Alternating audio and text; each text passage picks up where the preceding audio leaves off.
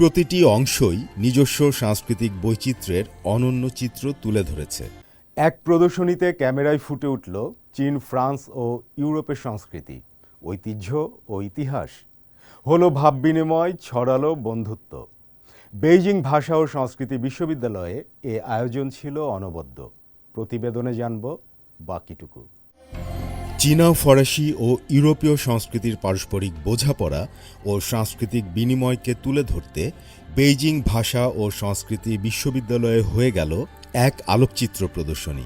এ আয়োজন বেইজিংয়ের শিক্ষা, সংস্কৃতি ও কূটনৈতিক অঙ্গনের প্রতিনিধিদের জন্য আন্তঃসাংস্কৃতিক সংলাপের এক গুরুত্বপূর্ণ সুযোগ সৃষ্টি করে। আলোকচিত্রের দৃষ্টিতে চীনা, ফরাসি ও ইউরোপীয় সংস্কৃতি শীর্ষক এই প্রদর্শনীর শুরুতে বিশ্ববিদ্যালয়ের সভাপতি, চীনে ফরাসি দূতাবাসের প্রতিনিধিরা, অংশগ্রহণকারী আলোকচিত্রী এবং সাংস্কৃতিক ও শিল্প অঙ্গনের অতিথিরা উপস্থিত ছিলেন। আমরা আনন্দিত যে এই স্থানটি সত্যি ফরাসি ও চীনা সংস্কৃতির মিলনমঞ্চে পরিণত হয়েছে এবং প্রতিষ্ঠার মূল লক্ষ্য পূরণ করছে, সভ্যতাগুলোকে কাছাকাছি আনা এবং বিভিন্ন চিন্তার আদান প্রদানের পরিবেশ সৃষ্টি করা। আজ আমাদের দৃষ্টিভঙ্গি আরও বিস্তৃত হয়েছে। এই আলোকচিত্র প্রদর্শনী চীন ও ফ্রান্সের গণ্ডি ছাড়িয়ে ইউরোপীয় ইউনিয়নকেও মানবিক বিনিময়ের পরিসরে অন্তর্ভুক্ত করেছে। যত্ন সহকারে নির্বাচিত 60টি আলোকচিত্রে চীন, ফ্রান্স এবং ইউরোপীয় ইউনিয়নের সদস্য রাষ্ট্রগুলোর মানুষের জীবন, সংস্কৃতি ও প্রাকৃতিক সৌন্দর্য ফুটে উঠেছে।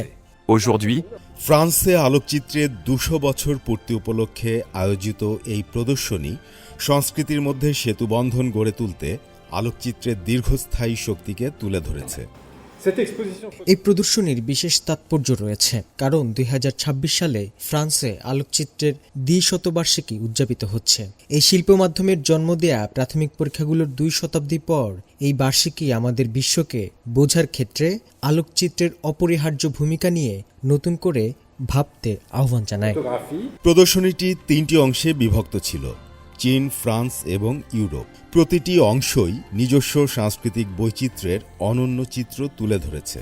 চীনের তৃণভূমি ও মরুভূমি থেকে প্রাণবন্ত লোকজ উৎসব, ফ্রান্সের ঐতিহাসিক স্থাপনা ও নগর জীবন এবং ইউরোপের বিভিন্ন আনুষ্ঠানিক আয়োজন ও দৈনন্দিন জীবন, সব মিলিয়ে প্রদর্শনীটি আন্তঃসাংস্কৃতিক বৈচিত্র্যের এক প্রাণবন্ত চিত্র তুলে ধরেছে।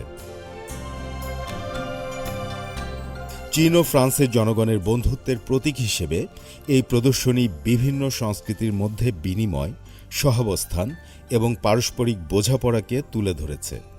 একই সঙ্গে এটি দুই দেশের জনগণের আন্তরিক বন্ধুত্বেরও একটি উজ্জ্বল সাক্ষ্য বহন করছে। সাকিব সিকান্দার, সিএমজি বাংলা।